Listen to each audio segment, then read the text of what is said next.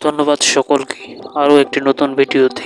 এই ভিডিওতে গ্রামীণ নদীর প্রাকৃতিক সৌন্দর্যের চিত্র তুলে ধরা হয়েছে। নদীর সঙ্গে মিশে এই জায়গায় এক হয়ে গেছে গ্রামের মেঠোপথটি। ফাঁকা, গাছপালা নেই, আঁকা বাঁকা মেঠোপথ, একটুখানি ফসলের ক্ষেত।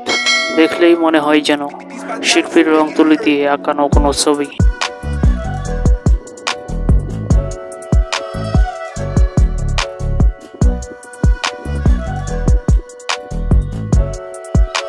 এই জায়গাটির প্রাকৃতিক সৌন্দর্য অপরূপ এবং মনোমুগ্ধকর।